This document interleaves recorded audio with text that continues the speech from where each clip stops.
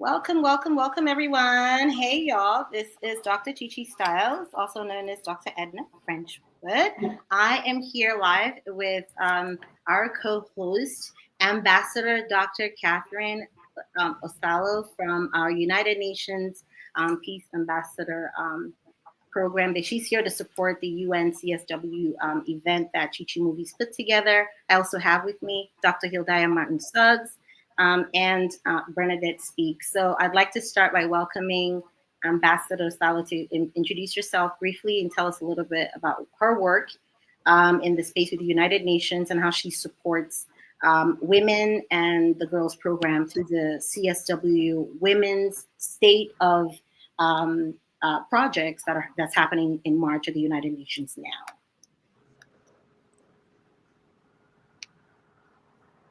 Ambassador?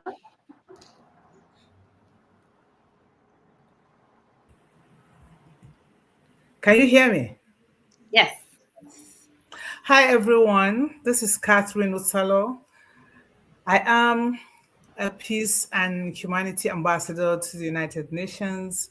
I am an ambassador of the state of Georgia. I am an IT consultant.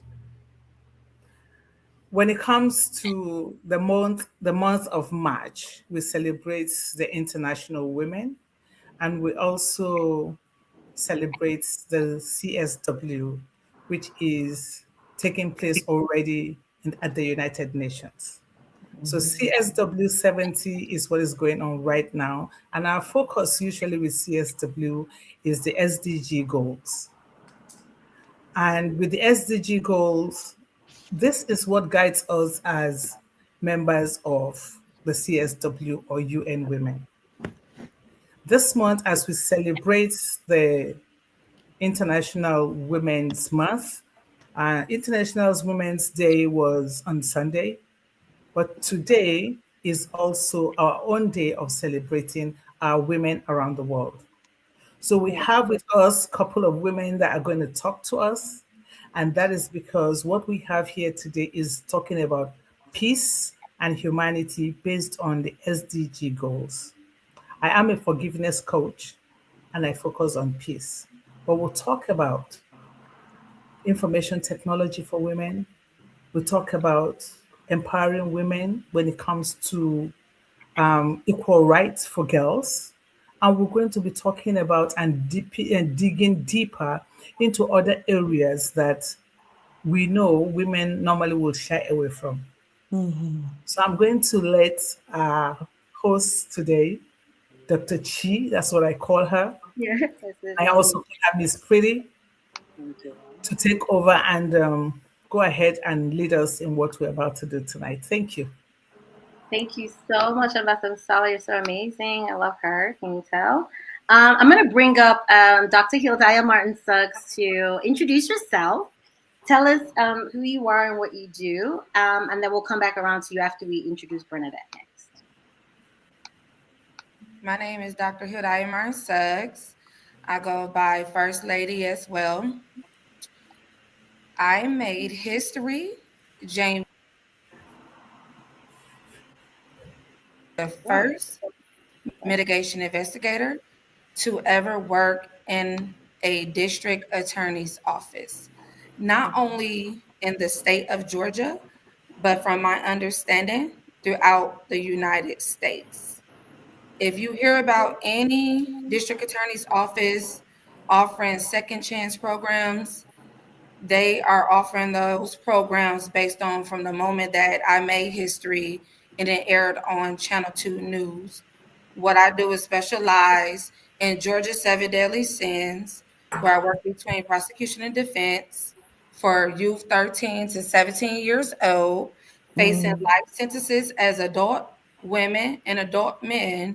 And what I do is mitigate their cases, whether they committed a crime's first time offense or part of a conspiracy for a youth who actually committed the crime, also a first offense. I work between the two attorneys to give the youth a second chance. In 2019 through 2022, I served as the Georgia NAACP State Conference Criminal Justice State Chair over this entire state of Georgia.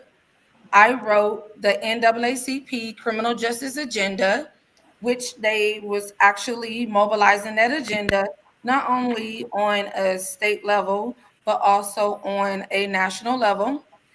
July 2021, I launched an organization, Almost Lost in the System Incorporated, which is an all-male organization.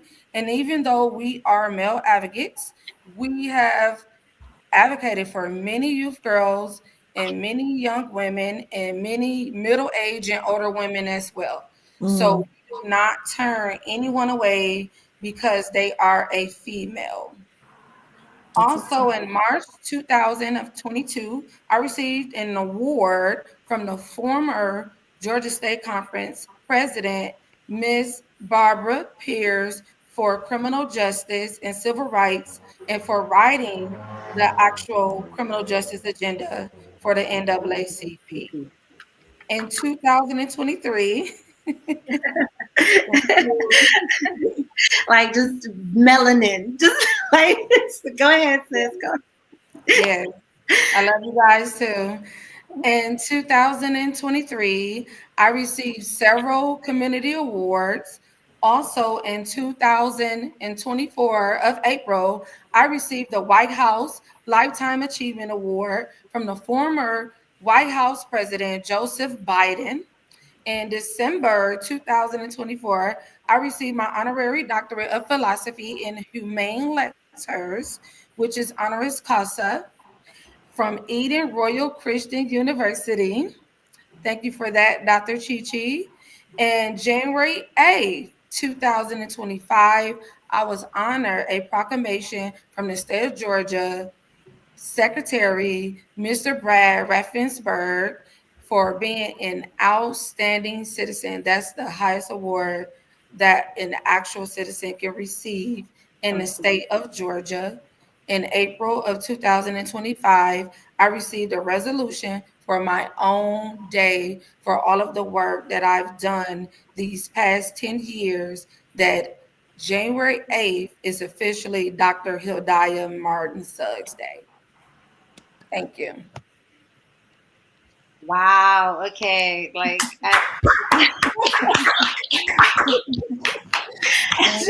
let's just do that. Okay.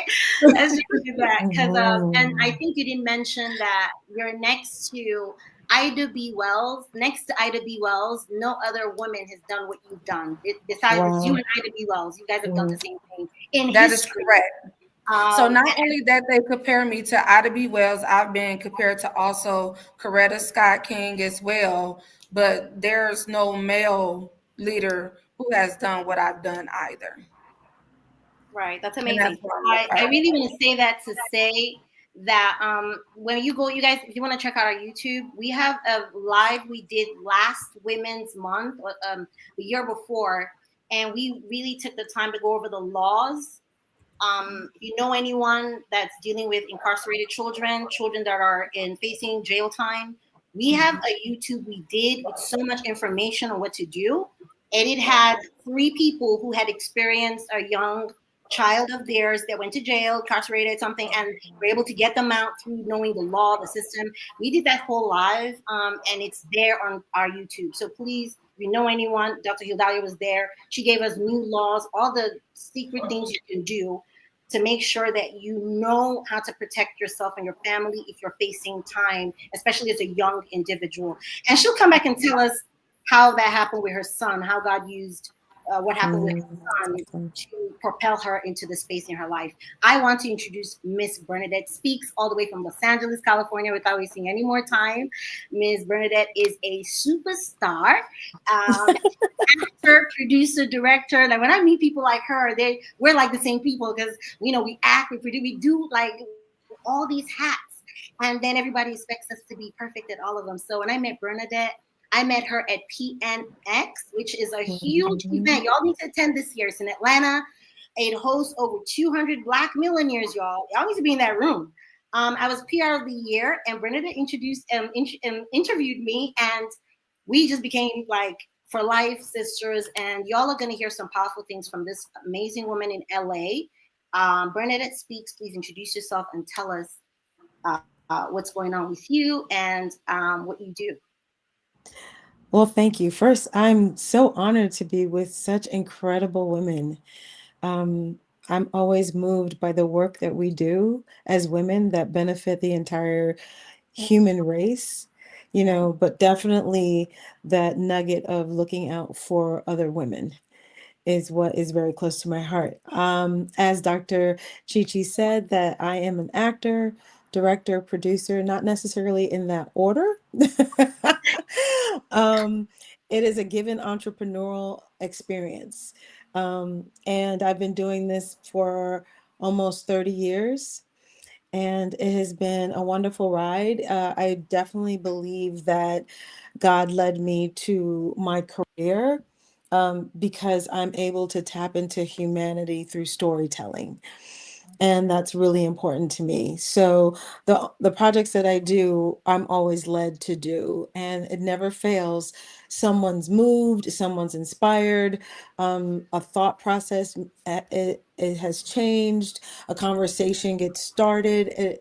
As of right now, I just launched another theatrical play called Red Harlem, and its original piece here in California. It's based actually on a true story, a true event in 1932 during the communist era. First, I didn't even know how many African Americans became communists because it had an opportunity of hope for us.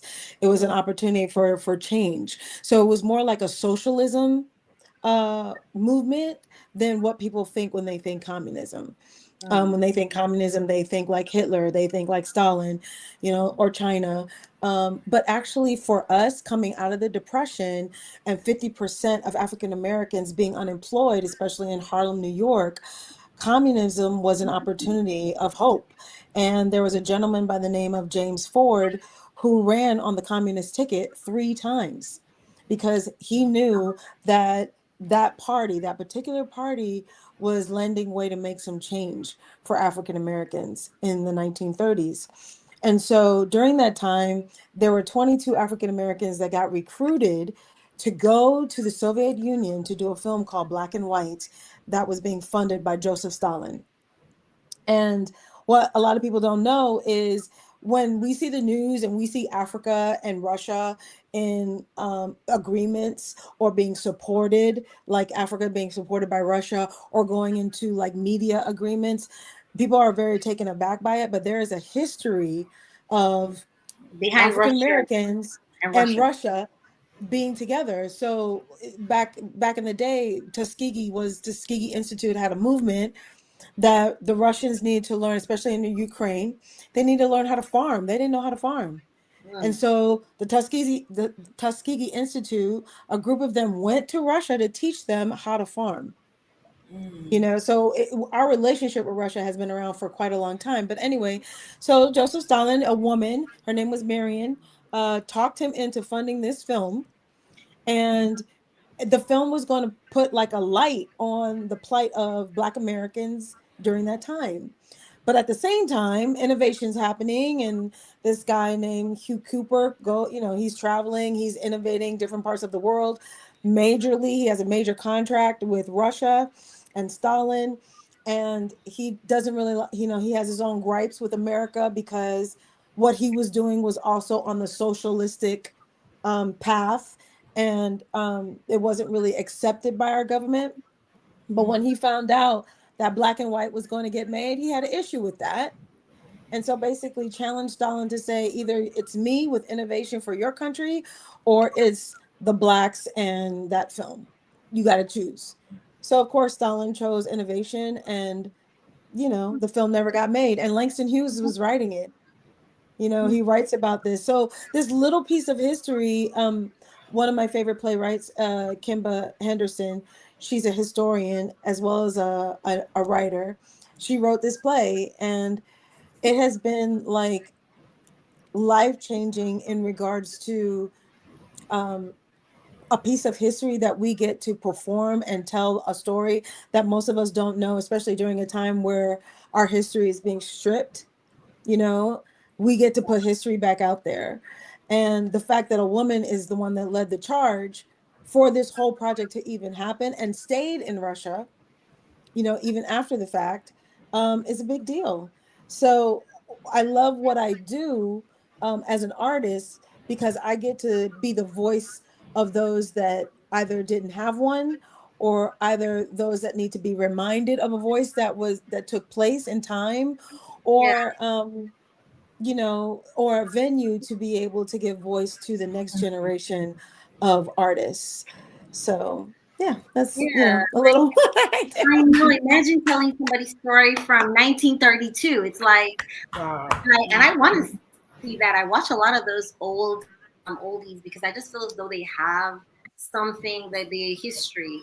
It's like I'm watching something I should be reading in a book. And if I've not had a chance to read it, I can actually watch it. So this is going to be a live stage play, Bernadette. Yes, and we closed this weekend. We've had sold out. Pretty much all of our performances have been sold out, which is really also Wow, that's exciting. amazing. And I've met some incredible people. And look at Synergy. One of the members of my cast is a doctor, a gentleman by the name of Micah Johnson, and he does the very thing that Dr. Hilda is that I hope I have that. Dr. Hildiah. Hildiah, Yes, ma'am. what you do in regards to, he goes and he speaks on behalf of the youth and first time trials and trauma, and he breaks down why in which that trauma might have happened, why in which that crime might have happened based on the trauma that the youth has experienced, which helps them get a second chance.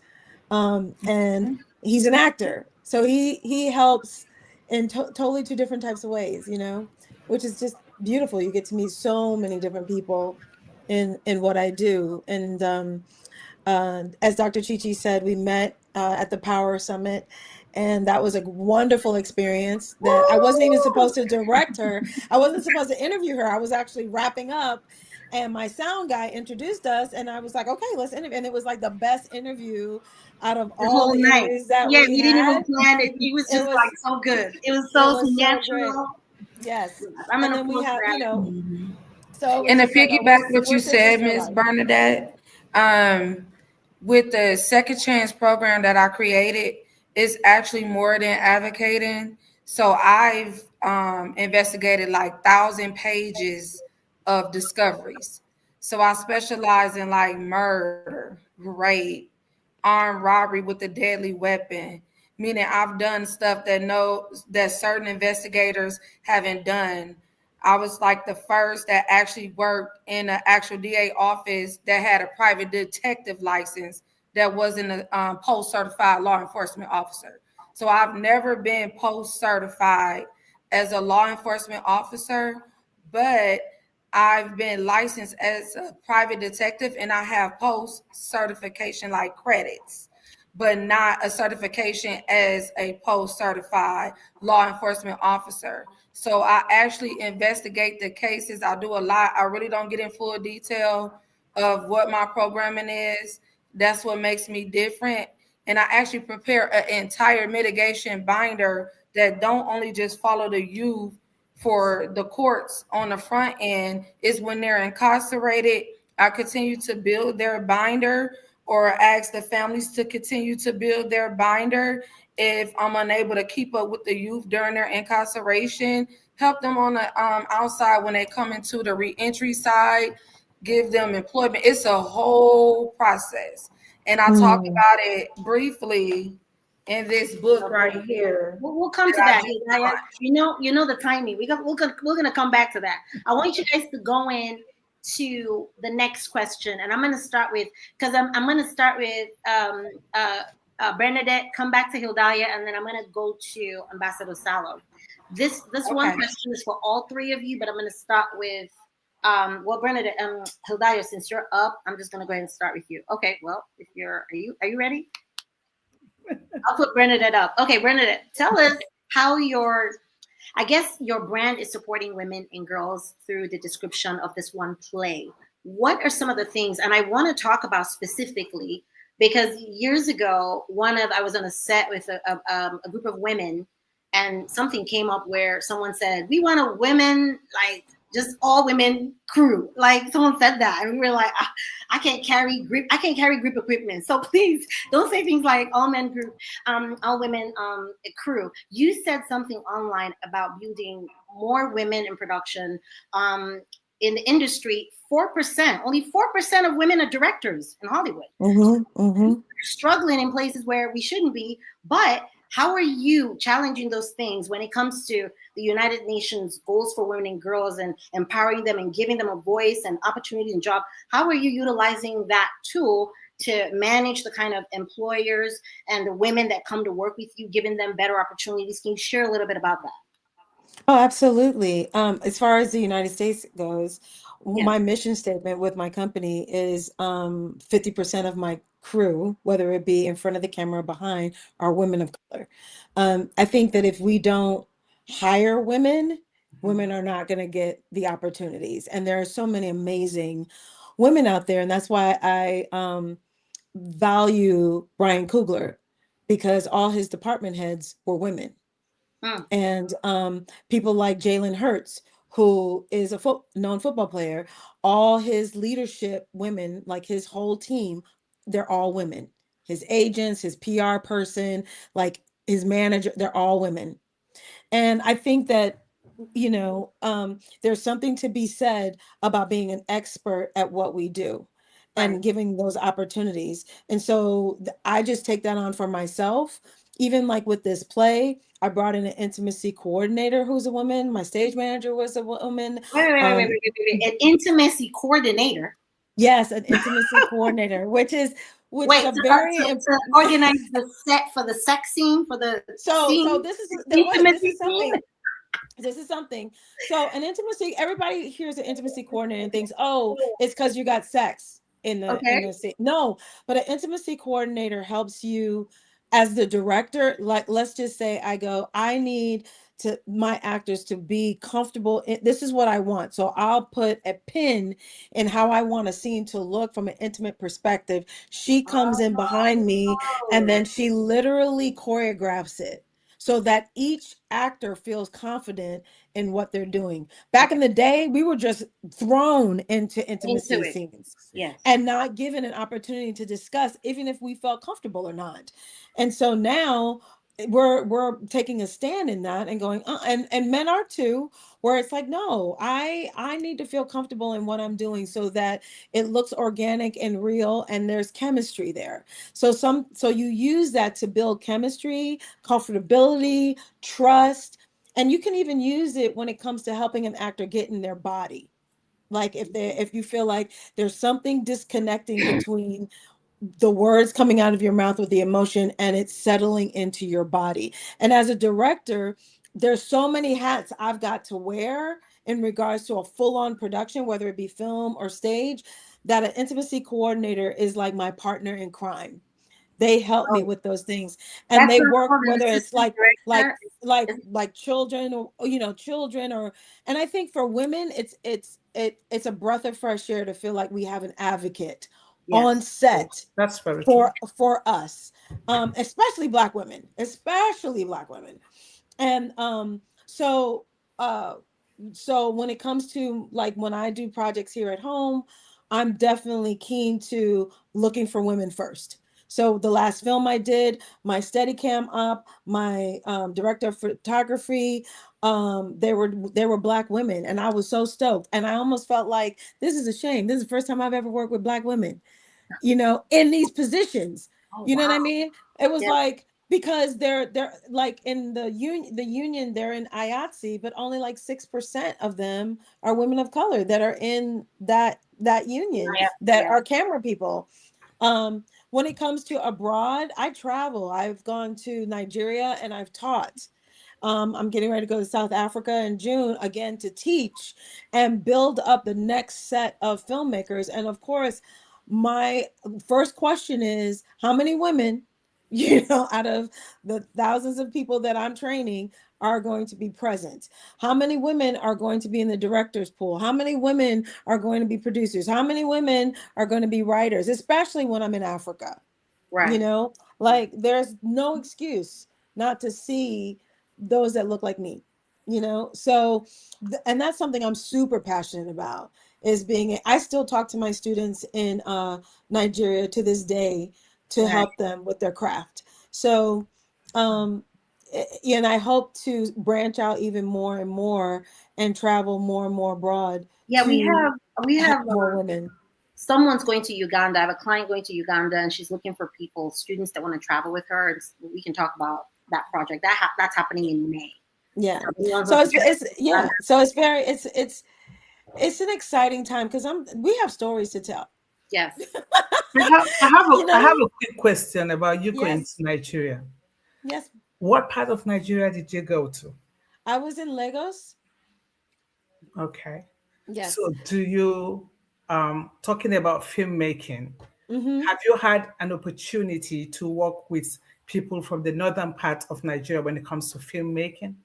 No, I haven't. We got your back. Oh, okay. We need you now to go to the north.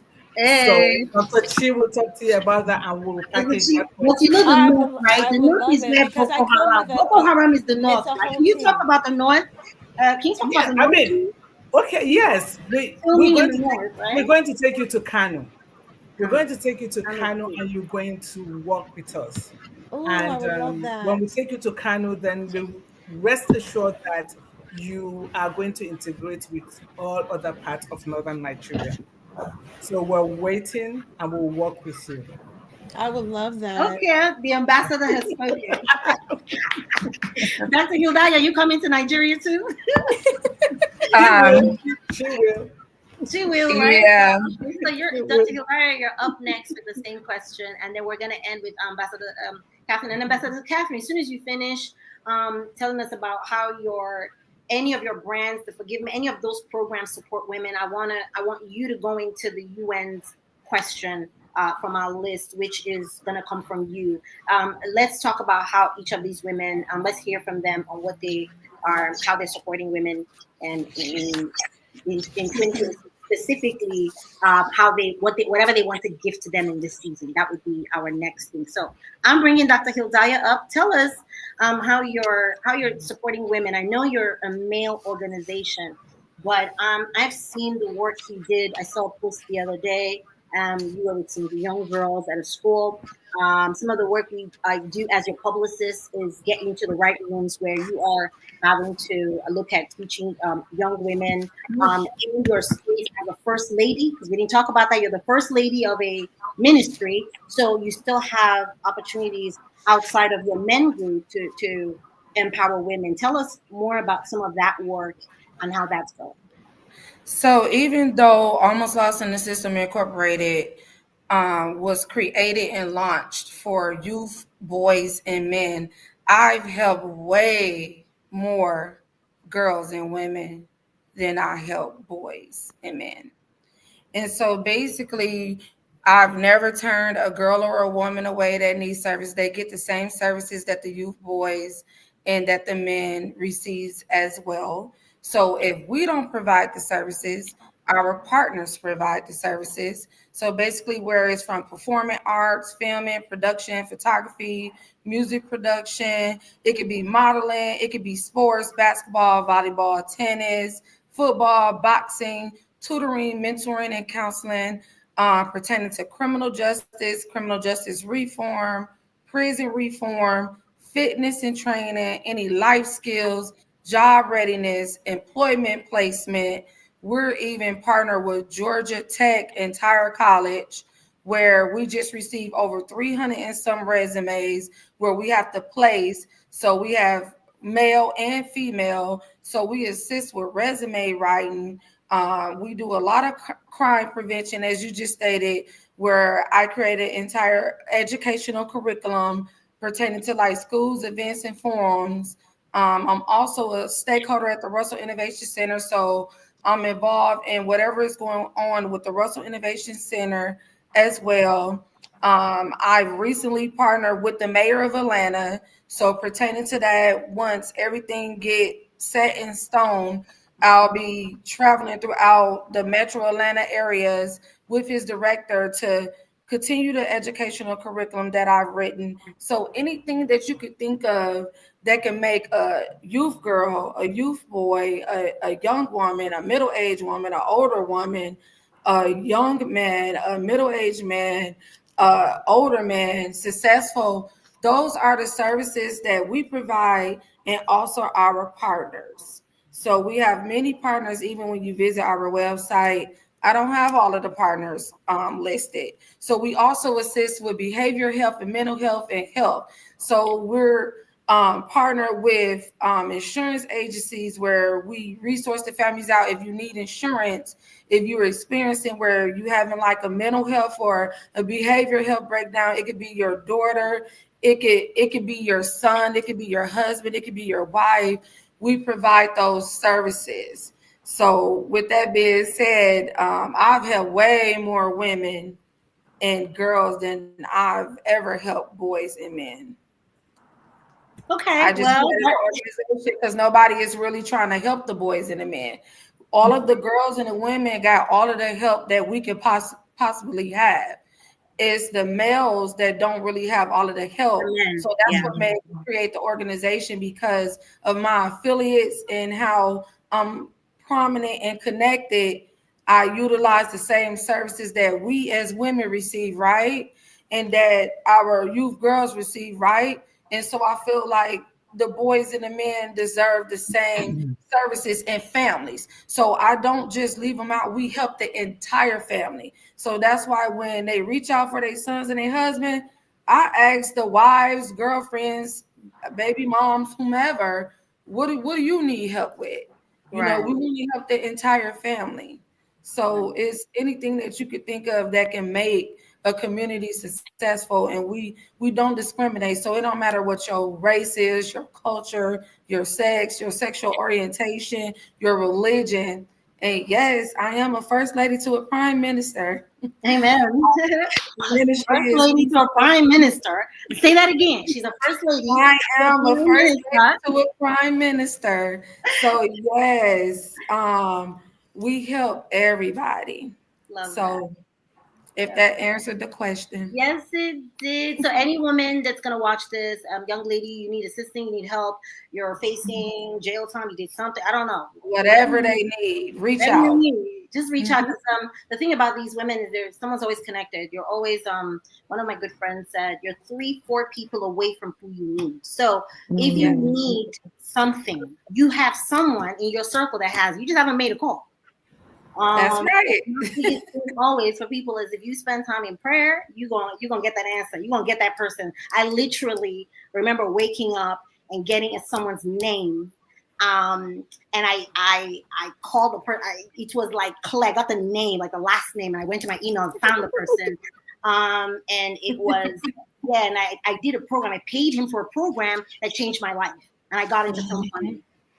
The name came in my, I'm just saying, this is like 6-7 years ago. That's how powerful it is. I got the name and I looked him up and I paid him for his school. I took his course. It's the 181, which gives you $15 million tax write-off on a film. You can look it up. I took his course. He's an attorney and that had emailed me years ago on a project. So it happens magically when you tune into what your purpose is supposed to be. Those things, those people will connect to you as they fall into place. Bernadette, you've already kind of gone into what you're doing with women. Is there anything else you want to add, or should I? Do you want me to bring up Ambassador UTSALO? No, I mean I'm a member of. I went to school in Georgia, so I feel connected to all the Georgia, all the Georgia on this show. Wow! I went to the University of Georgia, and I pledged Delta Sigma Theta Zeta Psi chapter from the University of Georgia. So, you know, my chapter is at Delta Sigma Theta, the Divine Nine. You know, we were founded on service. So, even here, it's just trying to find ways to serve more, and that's another way that I'm looking into serving. I love it here in California. So yeah, but that's I had to give a shout out to my sorors. I have a lot of friends that's Delta. That's why I'm smiling so big. I'm not a Delta, and I have I consider her my sister, so I'm excited to hear that. Yeah, So You're like probably really, you're welcome into the fold, I'm sure. yeah. I've never been They're to both of none them. of you guys like events to the point, and because I've never thought about even joining, so I don't have like the full details. But far as when I was in college in Mississippi, of course I went to the parties with the battles of the bands and Yes, all of yes, that. yes. So Right. yeah, I just get excited when I hear about these, what you say, the Divine Nine and the HBCUs. It's just amazing. I'm so proud of you. Oh, thank you. Yeah. And that's how those Thank you, sisters thank are you. connected. You get those Delta sisters, or you know part of those connections, and you always have those connections. Those doors are always open to. I grew up Yes. in Africa, so I didn't have access to joining any. In fact, in Africa, Ambassador Salo, you can testify. These groups were called cults. Like if you joined them, they were gonna like and sacrifice. You were gonna go sacrifice, like do blood. Like they had all these movies growing up in Africa, in Nigeria specifically, and it was like cults are bad. You go to a college and you join this group of people doing stuff, and you wear this, and they initiate you, and you gotta. So it was painted. I went to college here. I didn't even bother. Sisterhood was like, okay, I'm just gonna find my sisters, not necessarily join a cult, which is how it was described. Ambassador Sala, you're up next. Tell us what some of them in your forgiveness program or in your IT program. I know you have a program that's running for girls, where girls can get IT training. You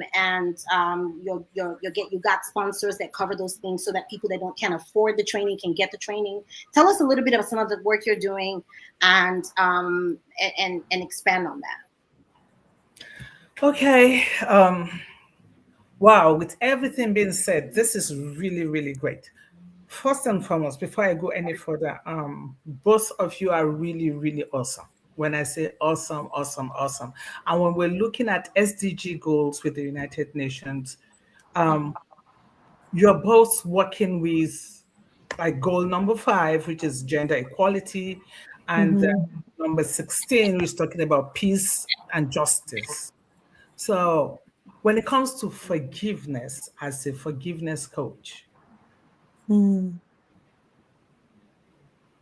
it's beyond just coming to say I have forgiven somebody. As a forgiveness coach, I want to talk to both of you. Mm. You are in the film industry, so most of the stories are true stories. Have you had situations where you don't have to give me an answer, but I want you to think about this? Have you had situations where, because it's a true story, whosoever is acting a part that is really, really disturbing become like involved in it so much that you really have to calm them down and make them understand that though it's a true story, It's but not real. it's It's not not real. happening now. Here. It's not happening. And have you met anyone that while performing that particular act is actually dealing with unforgiveness? Mm. We're going to get to that. And for just peace and justice, when it comes to trauma and all those you're going to represent, when it comes to trying to get them out of jail and all that, have you met with these young adults, boys, girls, that are dealing with unforgiveness? Because these are people that have been traumatized by either in school, parents, friends, brothers and sisters. The first people that actually traumatize you are your immediate family. Have you come across these youths, these young adults dealing with unforgiveness? Have you been able to manage them in any way? Have you been able to help help them get help when it comes to unforgiveness? Like I said, we're going to get back to that. I brought that up because today we're talking about the whole UN women, and we're talking about SDG goals. And when I listen to both of you, you're both on SDG goal 5, which is about equality, and SDG goal 16, which is justice for all, peace, humanity, and justice. So, like I said, we will get to that. Talking about information technology, yes, I'm an IT professional, a consultant. We have a program called Creating IT Career Awareness Among Minorities. Now, initially, it was actually called Creating IT Career Awareness Among Minority Women. Then we realized that when the women are coming, they're either coming with their son or their husband. So we changed it to Creating IT Career Awareness Among Minorities. We train women for free in IT. We train young adults, both male and female, for free in IT. Why did we decide to choose that? Because we're dealing with communities that are disadvantaged. And when they are disadvantaged, they don't have access to a lot of things.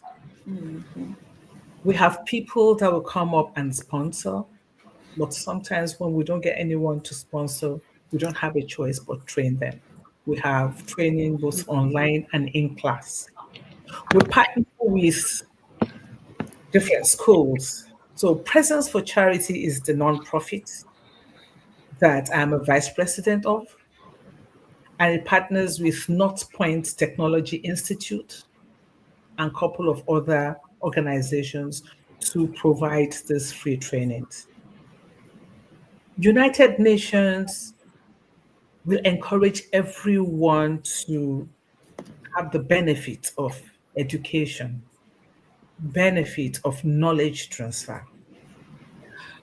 But for us to be part and parcel of that benefit that comes from the United Nations, we have to be out there, present ourselves. We have to really show people that we are in alignment with the goals that the United Nations set.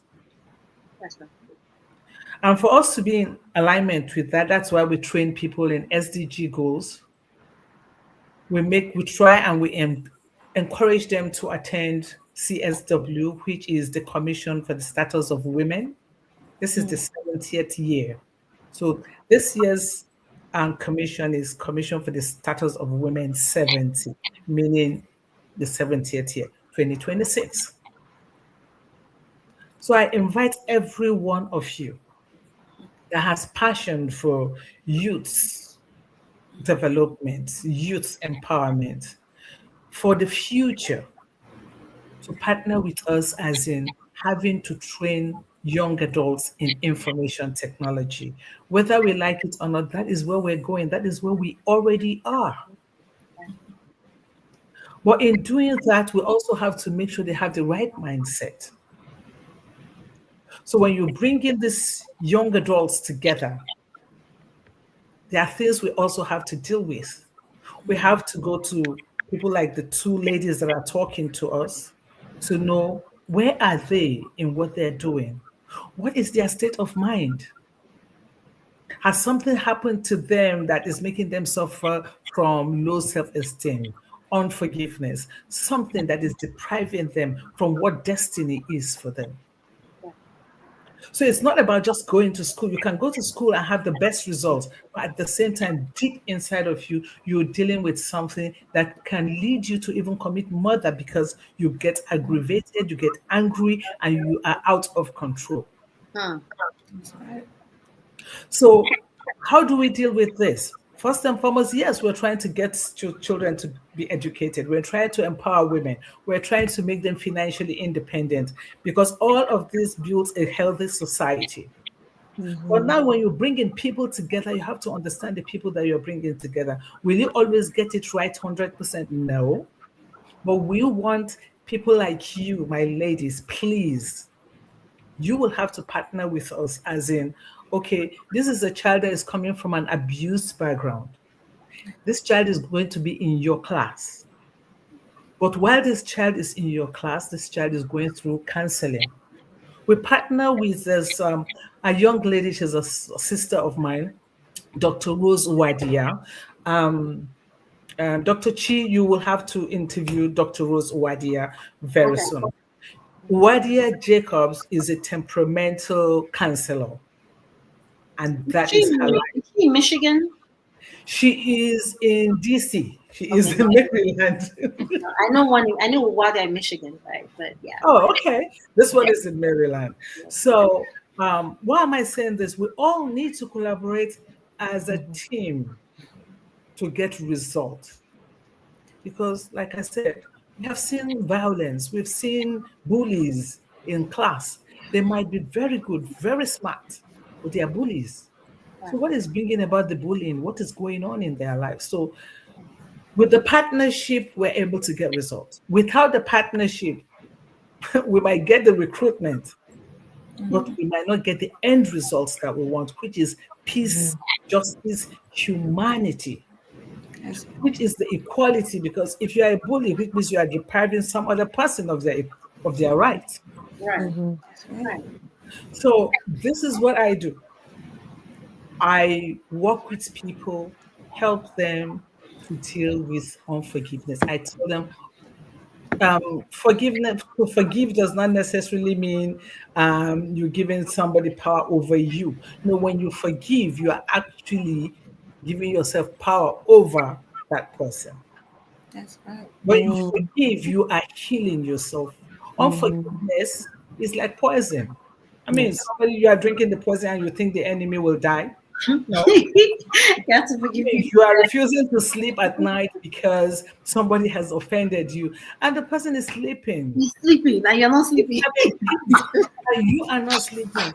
And when it comes The person that offended you is sleeping good. Knocked out with a bonnet on. With their bonnet on. And the fan on high. I mean, they're out. Like literally, you pacing back and forth in your room. That's a movie scene right there. It's like you say no, you're not forgiving. You're talking to some people, you know you need to forgive. No, I can't. I'm not going to forgive. Come on now. You're not going to forgive. Oh, Go check yourself out. Because when you're looking at the mirror and you're saying that you're looking terrible, and that alone will tell you what is going on inside of you. Are we saying that it's a one-day thing? No, forgiveness is a process. Yes. Forgiveness is a process and is a choice. No one can force anybody or impose on anybody to forgive. That's right. And when people tell us that we have offended them, please, we should learn to say we are sorry. Because some of us will say, I don't think that is offensive. I did that recently. I confessed. You know, the Bible says confess to one another. Somebody told me there's something. I said, no, I did that thing. What? My accents changed. I was like, I just changed. They were like, what? She went from Africa to America. I just switched up. I was like, what? But I'm saying that I had to admit, I have to be like, you're right. I'm sorry. I think when we go back and sit down, the Holy Spirit does the work. And that's why sometimes you gotta the holy people, you can't change people. Let God go in and his people. If the person is open enough, the person's heart can be melted and they can come out and say, I'm sorry later. So I love what y'all saying. Because this month I specifically freelance at the last minute and I wrote 2 poems. One poem I dedicated to all girls, which is the Leading Ladies organization. And the other poem is for the women, of course. And I dedicated that to Peace and Blessings Ministry. So I did write 2 poems and basically, Ambassador, what you were just stating, some of the poem touched base on that. So if I get an opportunity to read both poems to you guys, it would be encouraging. And when I read it to the girls, they were blown away, where I'm putting the actual poem on their plaques. They're going to attend our 3rd annual Royal Blue Carpet Gala. I will be presenting them with all plaques with this poem on there. And so that's going to be exciting. It's really encouraging, where even if you listen to the live that I have out on social media, you can hear one of the girls state where is this poem at? Because she wants to take it home and read it every day. So it inspired affirmations and everything, where I put the affirmations on their subs I made. And if you look at the videos, they put the actual affirmations on there. So, you know, girls, they need love. They different. Yeah. They Mhm. boys, they need love too, but we're talking about the girls right now. So they just need love. And if you look at the pictures where you mentioned it, Dr. Chichi, I've never in my life, since I've been mentoring youth boys and girls, met a group of girls like these girls I met the other day. And even normally I'll get offended when somebody like in my space, but they were literally laying their heads on me. And you can I discern their pureness. They were like innocent little girls. And so I think they were maybe about 12, 13, maybe 14 at the oldest. And then the videographer didn't even catch this, but I've never had no youth that really told me about myself. So they were like, they did their history on me. They weren't on their phones or anything. It was just mind blowing. When I walk in the classroom, they're screaming like I'm Michael Jackson. So as you stated, Ambassador, it's about peace and justice. So these girls actually looked me up, where they knew that I'm a first lady. They knew that I'm a major criminal justice and civil rights leader. And it was just amazing. So if I get an opportunity tonight, I would love to read the both of these poems, and hopefully that. Can you read it now? Can you read it Oh, now? yes. We're about to end the show because it's an hour show. So I'm going to go around the room and ask everyone to. Yes, ma'am. To So I can read the girl's poem first. It's titled Baby Dolls, It's Okay to Say No. It's okay to say no. It's okay to say no to strangers. It's okay to say no to bad association. It's okay to say no to skipping school. It's okay to say no to drugs. It's okay to say no to lust. It's okay to say no to sex before marriage. It's okay to say no to inappropriate touching or words. It's okay to say no to bullying. It's okay to say no to violence. It's okay to say no to self-harm. Mm. It's okay to say no to the hate you see in this world. It's okay to say no to whatever makes you uncomfortable. Baby dolls, it's okay to say no. Quick thing, Dr. Chichi, before we move out of the "It's Okay to Say No," we actually Okay. have an ongoing program, and it's called "Saying No Without Feeling Guilty." Oh, Oh, I wow. like that. So Mhm. so it's So when okay you to say no. Saying no I because like most of us keep saying yes because we want to belong. Right. because Mhm. there we go. And that's why I wrote the poem. We all been girls before. Yeah. You know, Mhm. So Yahweh, he created us different than he created the males. You know, we're more emotional. It talks about it in the Holy Bible, King James Version, all the time. yeah, To where, he states that a man's supposed to be mindful of his wife emotions and everything. So if you think about how that was written, think of what we were before we became a woman and then a wife. We were yeah. girls first, right? Uh-huh. Yeah.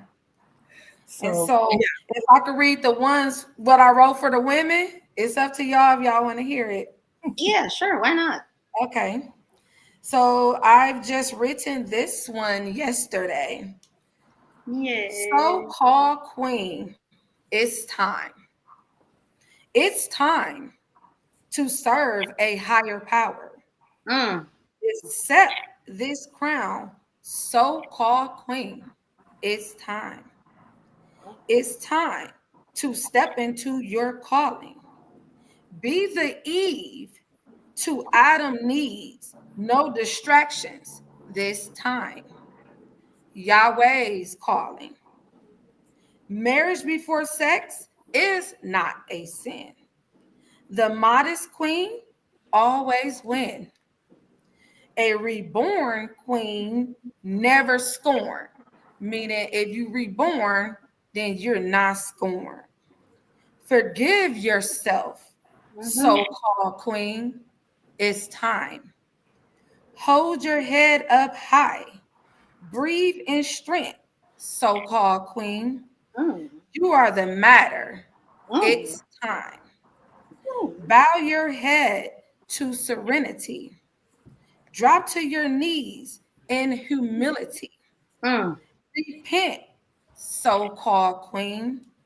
It's about that time. Mm. Rewind, transform your mind into a line. It's time. Mm. Fine as wine, cover your true vine, because modesty is only for the divine. The divine time. Self-care, self-love, self-trust, you're healed in this giving time. Be the species the so-called queen was created to be. Don't be undermined. Be divine like mine. Serve in time. So-called queen, because it's time. Wow. And these two poems will be in my book that I'll be launching April 1st. And it's Dr. First Lady's Affirmations, The Poetic Justice Unheard. Oh, my So ladies, y'all are working it's hard. Y'all are listening. Listen. I'm listening. 2026 now. We're not. yes. I have a question for Dr. Bernadette. Ma'am. I have a question for her. Okay. For me? For Yes. me or for oh, okay. No, not Dr. Chi. For me? Yes. Yes, ma'am. No, not Hilda. I mean Dr. Bernadette. Oh, Okay. Okay. My question for you is for the UN girls. mm-hmm. What do you have to tell them? What do you have to say to them? I know right now we are not on ground at the UN. Mm-hmm. But what do you have to say to them when it comes to dealing with presenting themselves and making themselves worthy as girls? What do you have to say to them when it comes to because your focus from everything we have heard from you is SDG Goal 5, which is equality for girls. What do you have to say to them? Briefly, just tell them something. Well, I think the biggest thing that I want to say is that you are fearfully and wonderfully made. That God designed you long before your mom or dad ever knew that you were going to be created and come into this world. He already thought, he dropped the thought. That spiritual thought was dropped into the universe and you were going to be here. And so because of that, don't let anyone dim your light. Don't let anyone tell you what you are not. And don't let anyone rob you of the value that the divine has already given you. So you have to know that what you are living in now, if it's not, what you want, it is because somebody else spoke it upon you. But whatever you speak now will be, you will live in that later. So speak truth, speak power, and speak love, and you will be that. You will be a walking personification of that. And I think that's what I would say, because that's a lesson that I have spent a lot of my life learning.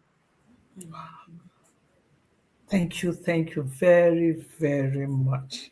Yo, I mean, I have something to add to that.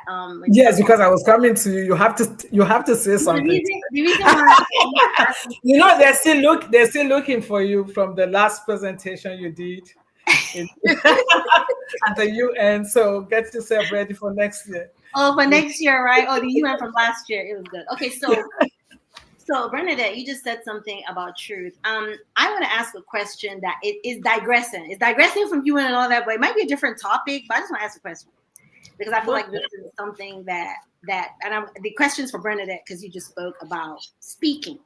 So I honestly want to know from a perspective, and your perspective as an artist, producer, if you hear something that the spirit lays in your heart, I'm not talking about something you told yourself, something you know was from Right. it lays in Right. your heart. The difference between what is laid in your heart and the truth, because there's, for instance, the Holy Spirit says, the Bible says, test all spirits. So when you meet people, test the spirit. So the result of the spirit will tell you what the person is, right? So you get a result, you know, okay, this result shows me who this person is. So if you see a result, do you confess? You try to confess a positive on a result that you've already seen. Can you talk a little bit about that when you've seen a result that is one thing? Okay, speaking it into being something else is power that you and the person have to agree that they have to share the responsibility of speaking that into existence for themselves. Because if not, what you see is kind of what you get. Is that Mm-hmm.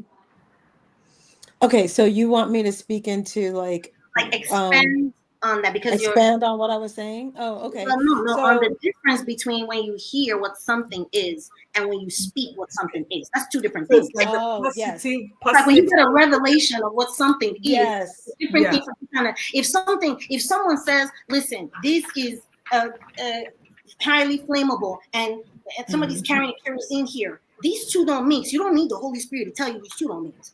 Right, right, right, right, You don't need to speak that if I pour kerosene in this and light it, it won't light. You don't need to speak that. right, right, right. There's some things that are, you know what I'm saying? That's kind of what, because some people say, I just want to speak things and speak things. You can't speak into Yeah. certain things. So okay, I understand what you're Now saying. So you're okay, kind of so I laughing, think you know, and well, yeah. it's funny because it's interesting because we talk about faith a lot, like people in the spiritual, Mm. if you're a believer of Christ, you're always talking about faith, but faith is an action, right? And so if the Bible says believe in what you don't see, like in Hebrews, it talks about believing in what you don't see. The Bible also says that God works for the good of those who love him, who have been called according to his purpose. So it's not about these positive affirmations that you're speaking, because we can do that and not believe it. And Mm-hmm. then as soon as something bad happens, we're like, God, I said that, da, da, da, da, I asked for blah, blah, blah, blah, blah. But what you're doing is you're speaking it, but your mind and your subconscious is saying something else.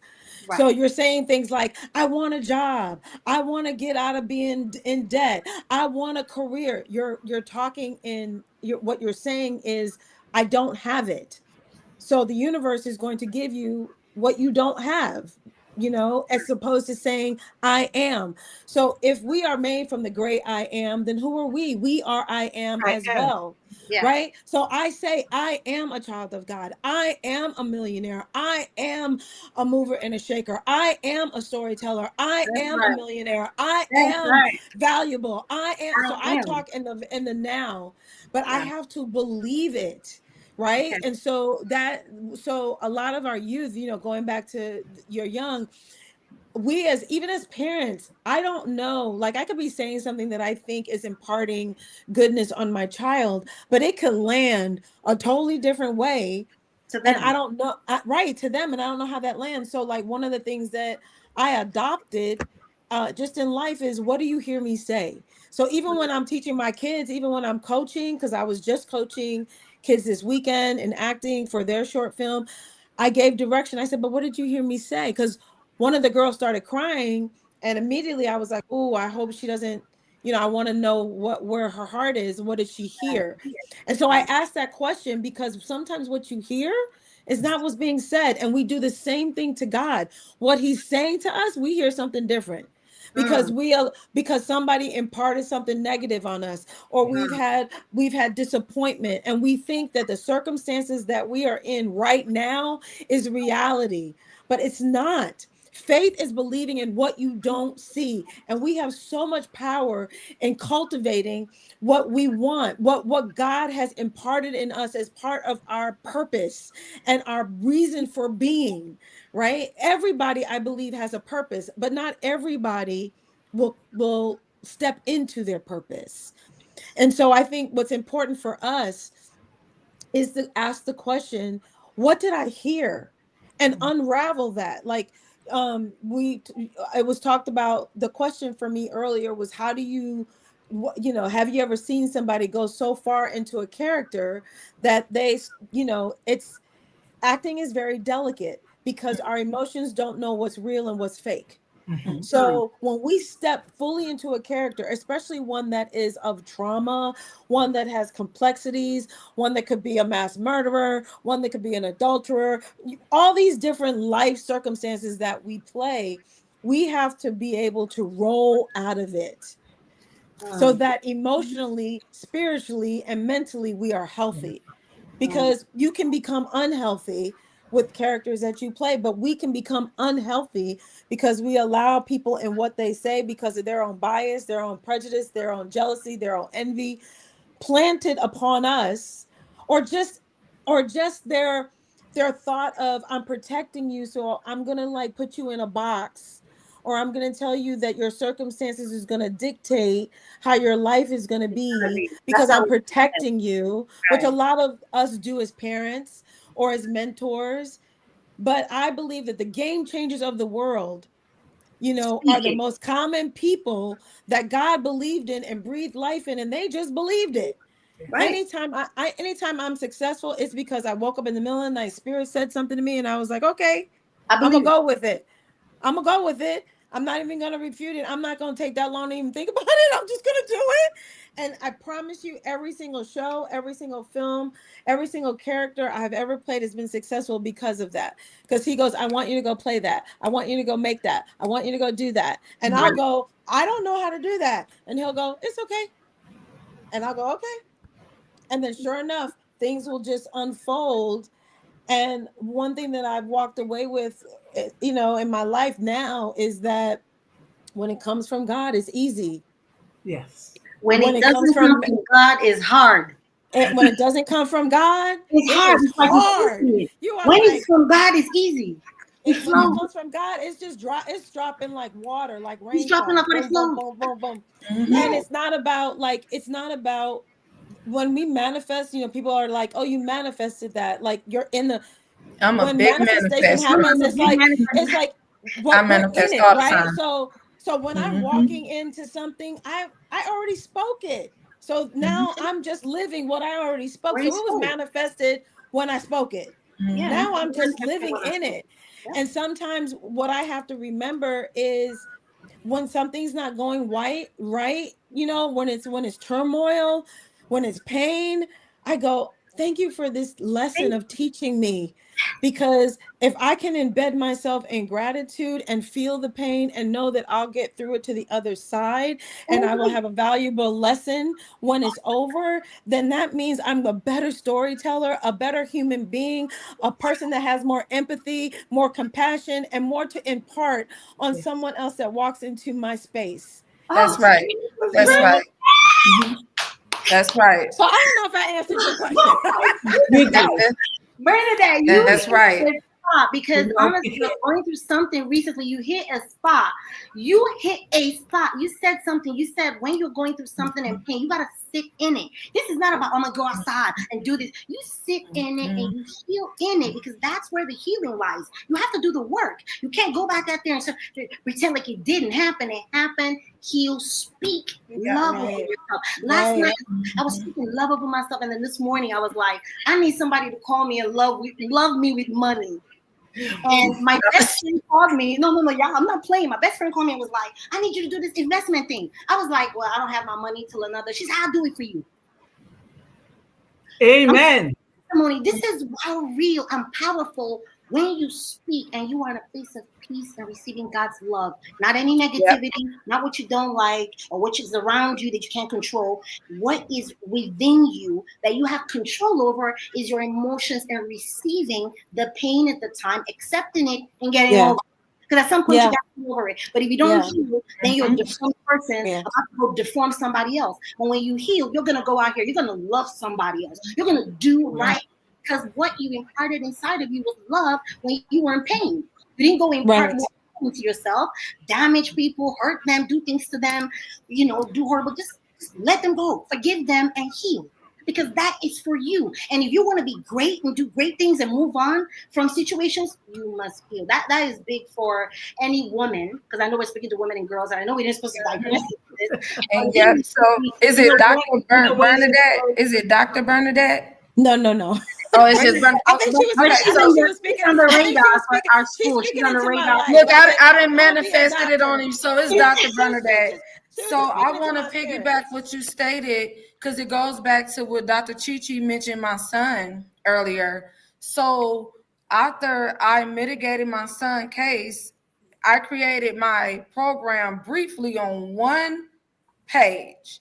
And I told my sons that it was all three of my sons. I was at a prison visit for my oldest son.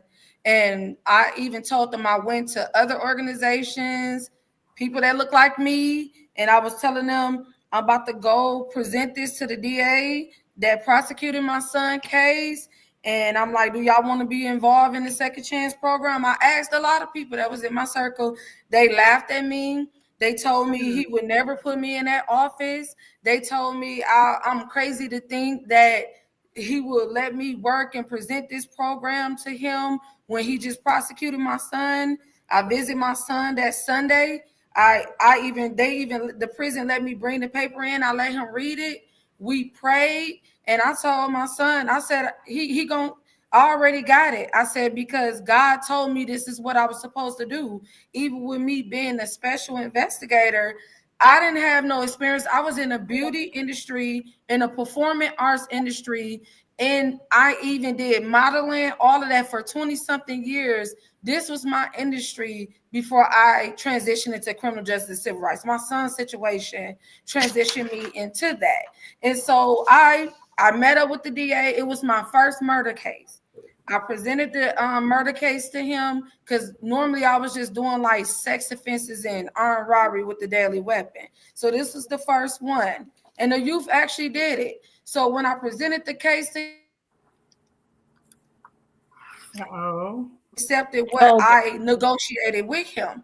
And then I said, I got something else for you. He said, oh man, what is it, Hildiah? I said, well, I'm gonna let you read it. And then we can have a discussion after you finish reading it. When he read my proposition, and this is the actual top district attorney at the time in the entire state of Georgia. He has trained mostly every law enforcement officer and prosecutors. He was a prosecutor at the time when I wasn't even born. So he was into prosecution before I even existed. I'm 43 years old right now. So with that being said, he said, this is a brilliant idea. He said, I don't know what I'm about to do. We're going to have to pay you. I said, pay me for what? I'll do it for free. He said, no. This is some hard work and you know it. We're going to pay you. I'm going to get the judges together, my team and other prosecutors and attorneys. We're going to raise the money and I'm going to hire you. I'm appointing you as my special mitigation investigator. I couldn't even cry. I just was like, wait, this is real? And so it was just mind blowing because everybody was so angry at Danny Porter, but he actually helped me with my son's case. You know, he's not the one that put the charges on my son. So he helped me disposition it, and I presented the case to him before I hired the third attorney on the case. He was like, do you know you didn't even really need an attorney? You worked the whole case. He was like, you're brilliant. I never met anyone like you.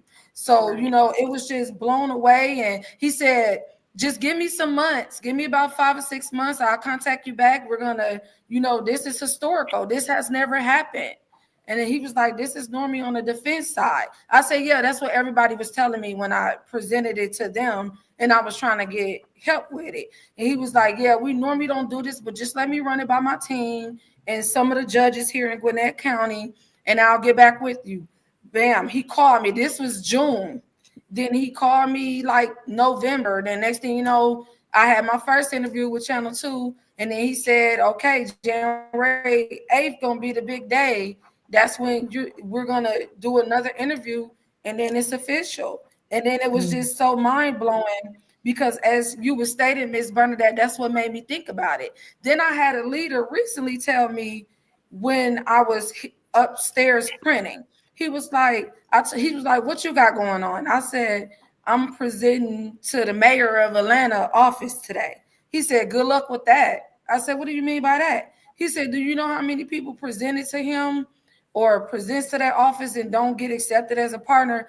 The same day I presented, and even before that, in communication.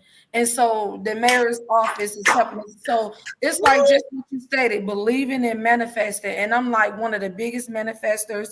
To save my son's life, I had to become celibate for a long time and had to give up something that I love doing, which was, I'm going to be honest, having sex.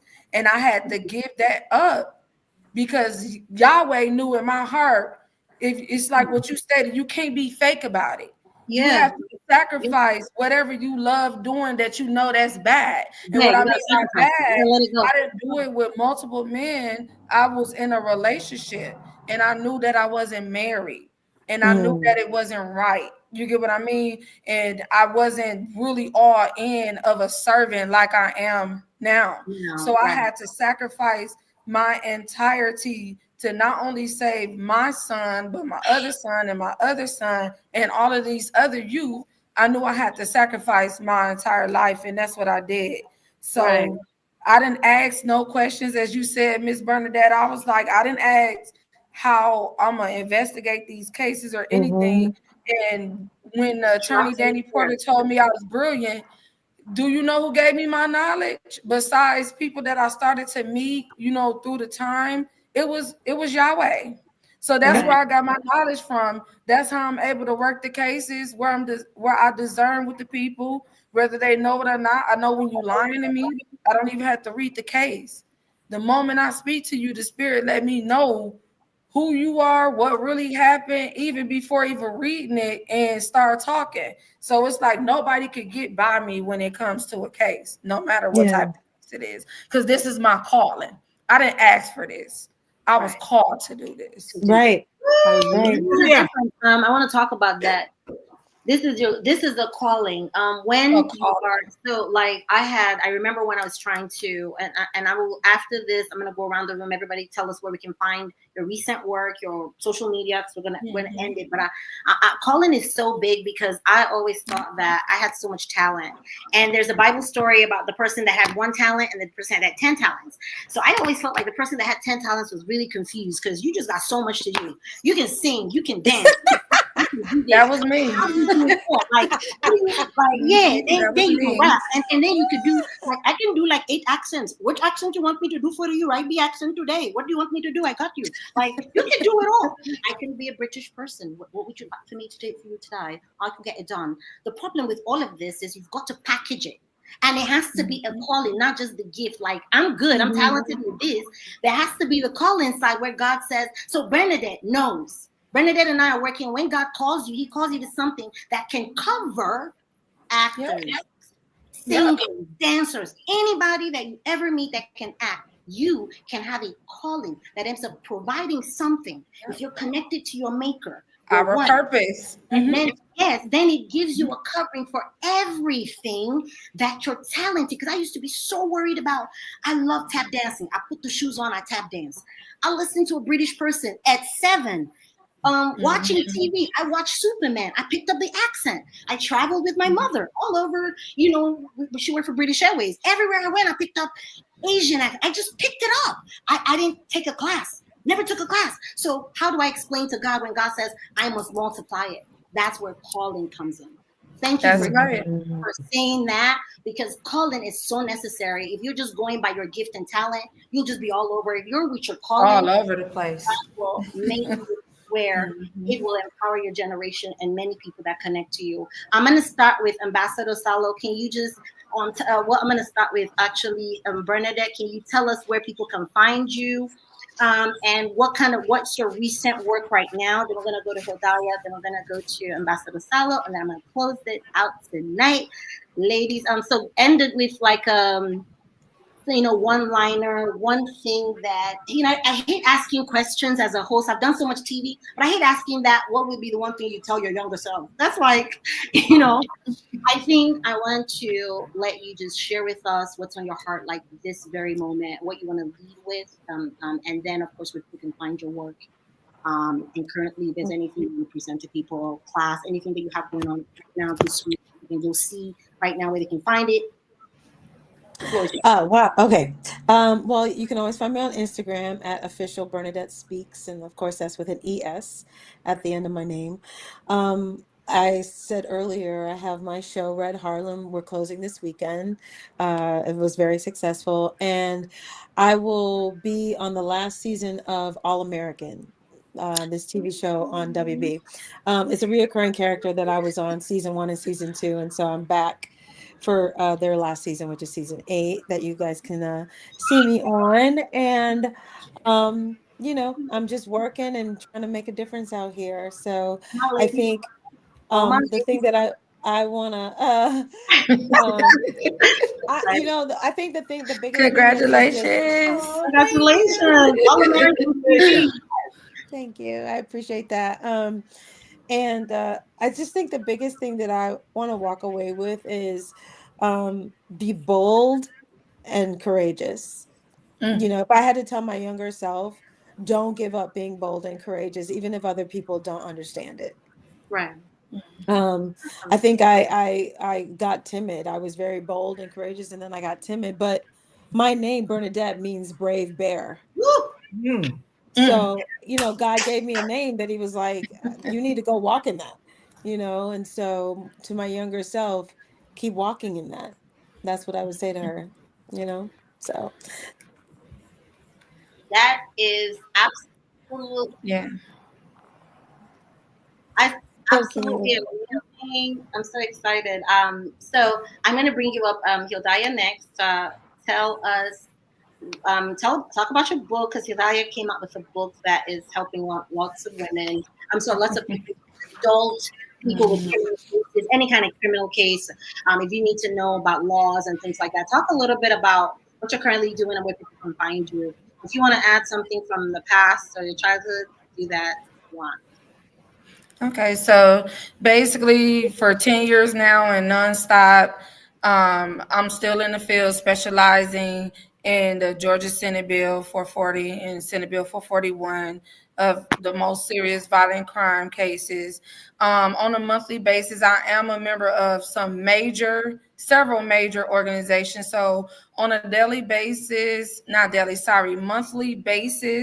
when I'm not handling things personal, I'm training with different law enforcement officers throughout the state of Georgia, different agencies, also different U.S. attorneys, okay, for human trafficking, drugs, gangs, specializing in that and getting my education and continuing everything with that. And also with the Georgia Association with the Professional Private Investigators. I'm also doing training with them. That's nonstop since 2019 as well. And as Dr. Chichi stated, I launched my book. So I'm constantly promoting that on a daily basis, and where I have 10 chapters. You purchase the book on Amazon, or you can purchase the book via website. If you purchase it through my website, which is www.almostlostinthesystem.org, you'll actually receive some gifts if you purchase it through the website. But if you purchase it through Amazon, then you'll just receive the book from Amazon, of course.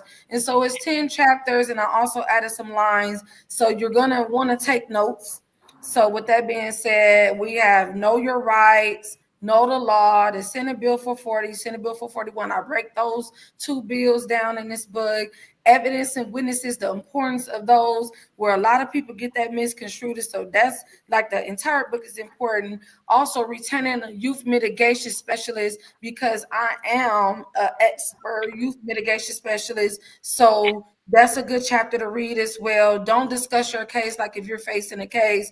It could be either a civil case, it could be a criminal case. It doesn't matter. Don't discuss your case. I also talk about the importance of self-restraint and high regard when you're awaiting any trial, or if you're facing anything.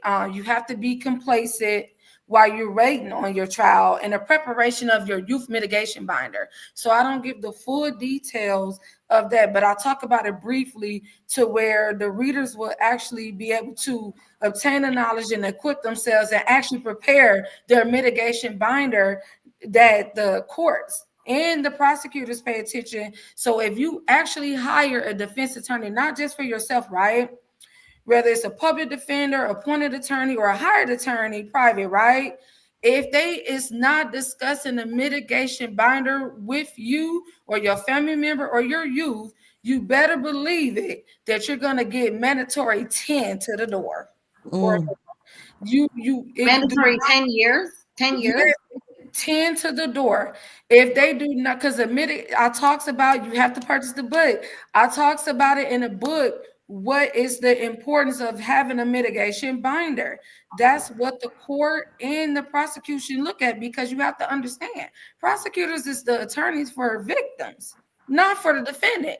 Defense is the attorneys for the defendants. So the prosecutors, that's why they all at an all high winning their cases, because they're going to give you the bare minimum of what the law would allow them to do discretion for. Right. And that's into the door. But if you as a defense attorney or your defense attorney present a mitigation binder, and I talk about it in my book, what that consists of, then they go beneath the mandatory 10, which is the SB 441. Yeah. Okay. So that's very important. And then the last chapter is justice will be served 3 ways. I talk about how justice will be served 3 ways, and that's very important. And I also want to state this too. I believe in justice 3 ways. So whether you need to be prosecuted, if you need a second chance, or you need to be exonerated for a crime that you didn't commit, that's the type of work I do. So I don't discriminate. I don't go around helping. I'm going to be honest, and this is my right, my organization or myself, and I have never done it. I do not accept cases with fully grown men raping and assaulting boys and girls. I do not, or my organization. So meaning that normally the ones that if I help, if it's like a child molestation or sexual assault, it's normally like it's a youth. But I haven't worked those cases like that when it comes to sex offenses since I worked at the DA office. Most of my cases is normally like gang related, murder or armed robbery. Okay.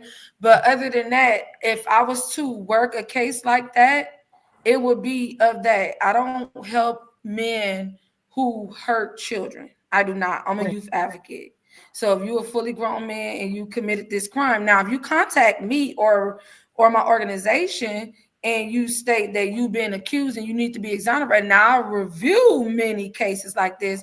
But when I found out that the man actually did it, I'll send a letter and let them know I've recused myself off the case, or my organization have to, because sir, you did this. The evidence proved that you did this. You're going to have to find somebody else that will second chance you on that.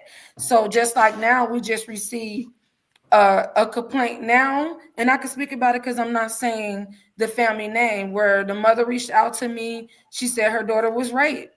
And so she said the district attorneys, she went through like 4 district attorneys' offices and all type of law enforcement agencies, where she said nobody has helped her, and the person that raped her daughter did not go to prison at all, and she has the evidence. So now when I meet up with her next week, I'm going to see what's going on. And the reason why prosecution, because the counties that she mentioned, they're big on prosecuting. So I don't understand what she is saying. So I will have to get that evidence. So that's a prime example that we don't discriminate on whether you're a victim or a defendant. You get what I mean? And also, I'm one of the leaders that was behind Ahmaud Arbery case. So I assisted with that behind the scenes before the case got really big. And as it was still big, I communicated with the former DA of Gwinnett County, Danny Porter. So his entire administration assisted me, which I was the chair at the time for the NAACP, with ensuring those men got arrested for murdering Ahmaud Arbery, and that the repealing citizen bill was actually pushed and signed as well through Governor Kemp's office. So Danny Porter actually helped with that. Many people don't really talk about that too much, but it will be talked about and more of that really soon. But yeah, he was one of the prosecuting attorneys, and I tried to get the case actually moved from Brunswick to Gwinnett, but it was a conflict of interest. So that's how the case ended up in Cobb County.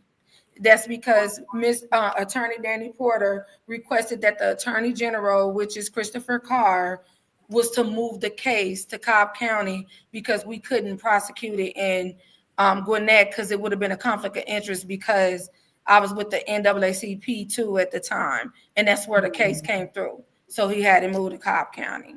So I'm on all social media platforms under Hildiah Martin Suggs, Dr. Hildiah Martin Suggs, First Lady, and also Almost Lost in the System Incorporated. So if that answered any questions, it's so much like I always tell Dr. Chichi that come with me. I don't really like to talk a lot.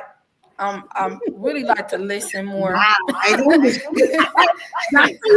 talk. She be bringing it out of me. You know, I don't talk. I talk for a living. I get paid to talk. I get paid to teach. I just want to help people. So that's why I'm like, that's why I do the PR. You have to do the talking. I just want to help the people, you know. So that's what I'm good at. But you know, she's bringing it out of me to where I'm talking more when it's coming to the type of work I do, because a lot of people don't understand it. I've had many people pull up on me with guns. If I wasn't armed myself, I probably would have been gone. So it's like I really don't like to say too much of what I do, you know, but it is what it is. Yeah, but you also have to remember that as so when I met Hildiah as her publicist, one of the things that we looked at is, okay, so you have this thing that is it's like a private thing you do. While it's private and it's important, it's still a public. I mean, Ida B. Wells, she's a woman that's magical in history. So for you to stand next to her, you can't hide that. The Bible talks about in Matthew 5. Let your light so shine and let the world see. So I'm big on that. I just think that everyone has light, and I think you know. It doesn't mean the light has to be perfect, but let it shine. Just come outside and shine a little bit. You know, put a little glitter on it and let your light shine, whatever you're good at. And if a publicist can help you get that word out, nominate you for awards. A lot of the work I've done with Hildiah, the awards that she's received, we've been able to facilitate that organization has, but that's because people need to be honored while they're alive, not when you're dead. Everyone's thinking, oh, kumbaya. That's right. I love to be honored, though. I need you to be on a red carpet telling the world. I love being honored, but I don't talk about every case that I'm working or. Yes. I'm like a behind the scene, because if I speak about, it's like some of the most violent, serious gang cases, you know, so I can't really just say too much is what I'm saying. Yes, I love to be honored, and I love to be acknowledged for, even if I'm giving another leader advice, I don't mind nobody taking my idea, but just please acknowledge me if you're going to take my idea or my business plan, because people have done that. At least acknowledge me. Don't just turn it to your own plan and put a twist on it. I've had so many organizations do that to me, and I still be helping them, and I'm still a part of their organizations. But you know, one day I'm gonna just branch away, because I'm not nobody stepping mat. You know, you have to honor, like you said, honor people and acknowledge, because I know who I am and I know who Yahweh called me to be. You know, so with that being said, you can't just not acknowledge somebody or say somebody can't see this, where it was leaders told me I didn't need my own day, that I didn't even do as much as work as Dr. King did. I'm like, why would you compare me to him? Dr.King didn't even do the kind of work that I do. That I know of. I don't remember him ever being a mitigation investigator and reading 1,000-page rape cases, murder cases, and all that. He's one of my favorite leaders, but I'm like, you can't tell me that I can't get my own day and that's not gonna happen. I had leaders telling me that's not going to happen. When she came, I got my own day, and they said, now connect me to your PR. So I said, now what did you do special that my PR? Yeah, they told her the people she called the state, they told her they couldn't give her the award. She didn't be qualified. And she called me. We got it done. We just made some calls. You know, that's what God. We just made. Hallelujah. Amen. All right, Ambassador Salo. Ambassador Salo has received the State of Georgia Award from us, from Senator Anderson, and several awards. She's taken us to the UN. She does a program, the Ambassador to the United Nations program. If you would like to be an ambassador to the UN, there is a program that you can do so that you can travel to go to the UN and do the work that changes the lives of people. And you can get out of your house and go change the world in the Philippines or wherever else, and connect with the UN and do powerful work. Tell us where people can find you, what work you're doing now. And then after that, I'm going to close the show out unless anyone has any final things. Okay. Well, my major work that I'm doing now is I just developed a model for forgiveness. And I have a couple of universities that have reached out to me that they want to use the model for, and just use it. There's a model that is used presently and it's called, a couple of models, but the most popular one is called REACH, REACH. So mine is actually called Forgive. And the Holy Spirit dropped it in my heart and gave me each word for forgive. So that's the model. And I'll be done with my dissertation at the end of the month, doing my PhD in psychology and Christian counseling. And I am specializing in forgiveness for well-being. So it is a lot, but God has given me the grace. And that is why I am doing what I am doing. When I came to the United States, I came in here as a missionary. I came as a member of the St. Vincent de Paul Society of the Catholic Church. I came from mission. So my life has always been on the path of giving, caring, and providing, because St. Vincent de Paul Society, all they do in the Catholic Church is give to the poor. That's all we do. And when we say giving to the poor, it's everything. Those that need mitigation, like our sister Hilda does. Those that need, those that promote their talents, like Bernadette. Those that need people like Dr. Chichi that will have to encourage you, see what you have and build you. And those that will provide medical supply and support. So just name it. St. Vincent de Paul Society is just there for the poor, because we all can be poor from different parts, different aspects of life. And right now, I'm just going to say this to everyone. Forgiveness does not mean this. It doesn't mean accepting oppression. It doesn't mean accepting emotional starvation. It doesn't mean abandoning your calling for anybody. It doesn't mean abandoning dignity. It doesn't mean you have to remain in any harm because you have forgiven. Forgiveness means releasing vengeance, releasing internal hostility, refusing to let bitterness define you. It does not require continuing exposure to harm. That's right. Destroying your own purpose, violating your conscience. Forgiveness is not all of that. There are three aspects of forgiveness, and they are all separated. When it comes to forgiveness, there's the reconciliation and there's the relationship continuation. And I ask everyone, it's a gradual process. As you forgive and you begin to reconcile, reconciliation does not mean exposing yourself to harm. No. It's that you have resolved yourself to the love of God that is inside of you. Because without the love of God that is inside of you, you cannot forgive. I don't care who you are.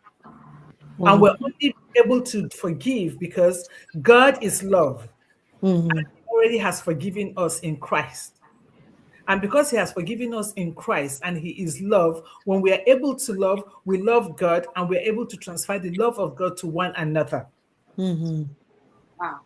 So when you give yourself to God and say, please help me. I want to do this, but I cannot. But with you, all things are possible. Nigerians will say, what God cannot do does not exist. That is true. So give it all to Him. And once you give it all to Him, then it's a process.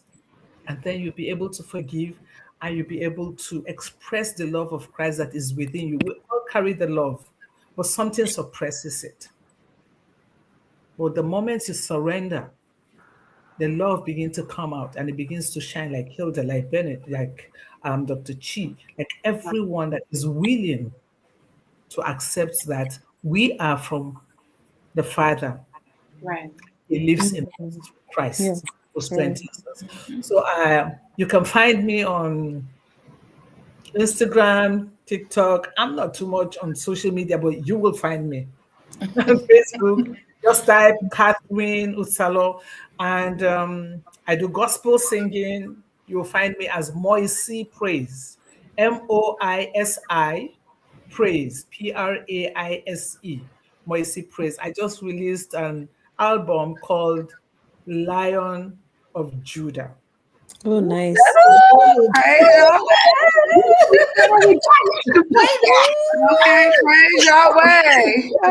The Lion of Judah actually was Lion of Judah Yeah, was you should have said it a that. vision that the Lord gave to me. He gave me a Right. vision and he appeared to me as the lion because we were in crisis and I was trying to help the young boy in the dream. And then the gorillas came and enemies were going to attack him. As I was contemplating on what to do, he he just appeared. The moment he appeared, I walked, opened the door for the little boy, and we all went in. And the Lord, the moment I gave me that vision, I began to write the story. I love it. I gotta listen to it. Yeah. Wow. And Yeah. it says Okay, so this Lion of is Judah. Judah, and it's Wow. funny. I have You another said album Tribe of coming Judah. out. Mm-hmm. I have another album coming out in 2 weeks, and that one is based on the Lent season, Okay, and it's called Cup of Salvation. cup of salvation. Cup of Salvation. That's the title of the album. Sounds And it has 3 songs. Cup of Salvation, I Am a Child of God, Rejection to Resurrection. And Mm. the other one, Rejecting to resurrection. Love that. yes, and then Sacrifice of Praise. So it's all about the Lent season and the resurrection. The Mm. only hope we have is because Christ rose from the dead. Yahshua. You know, our ministry is a Hebrew Israelite faith base. And my Ministry. husband launched a book called Shalom. He has a lot of books on Amazon. But Amen. as I spoke about, you have to be reborn mentally. Yeah. Yeah. Mm-hmm. So Mm-hmm. that is I where love it. I can't wait to hear your I song. was gonna yeah, say, and you'll find me on Amazon. My book is called Oh I my Am God. Me. The book is called I Am Me, Rebuilding Self-Esteem from Inside. And the second book is Submission or Suppression. Mm. Yeah, hmm, because there is a difference, isn't there? Yes. Submission or Yes. Of suppression. suppression. Yeah. So Dr. Yes. He Doctor, knows about Doctor. all of that. Yeah. And then when she's ready, we'll talk about she, submission. I always, so I let me love say it. this. I love All it. of us, Ambassador Salo, Dr. Hildiah, and I just remember last year we all came together and did the big, huge hour. It wasn't big for Yes. everybody, but our Yeah. huge giveaway to LA, where we gave over 3,000 products out to Yeah. folks in LA that were dealing with the fire. And I remember when I was in giving a huge pastor an award in Houston. I was in the hotel lobby and I just saw the fire. And literally my spirit was like, what are you doing to help them? And I called Hildiah. I was like, Hildiah, we got to do a giveaway event. We got to give people in LA. And she was like, let's do it. And we call, and we are, and so for all three of us to be here, for our sister Bernadette to be from LA, we were really Yes. It's divine. Divine. It is, and it's, you know what's so interesting? Dr. Hildiah, my brother is a Hebrew Israelite. Yeah. What? This too much. Yes. He's Praise he has Yahweh. been, Wow. he has been one for a very, very long time. It saved his life. And he was incarcerated, and it was in there that he transformed, and Yahweh Wow. spoke to him. So that's just so cool. Tell him about us. He'll probably love I it. will, Oh yeah, I we will, online all the time. And then I hear 3 women that have written books, and I'm like, I'm in the midst of writing a book, and I'm like, well, I guess I need to finish now so that I can say that Yes. I have a book. right. I Well, have if you need some tips on self-publishing, I'm not trying to get in the way, Dr. Chichi, but I kind of know the steps on how to self-publish. Yes, yeah. Well, because I had to teach her how to self-publish, because she did a book and she called me. I'm releasing my book tomorrow. I said, why would you do a book without telling me? What? And so we got it done, but with the next one, we'll do better. Yeah. I have a best-selling book, but it was like 2019. It was a group book, 18. I don't know. I've been big, man. I've had so many opportunities to do books, and I'm running from it, but I need to run to it. Yes, you do.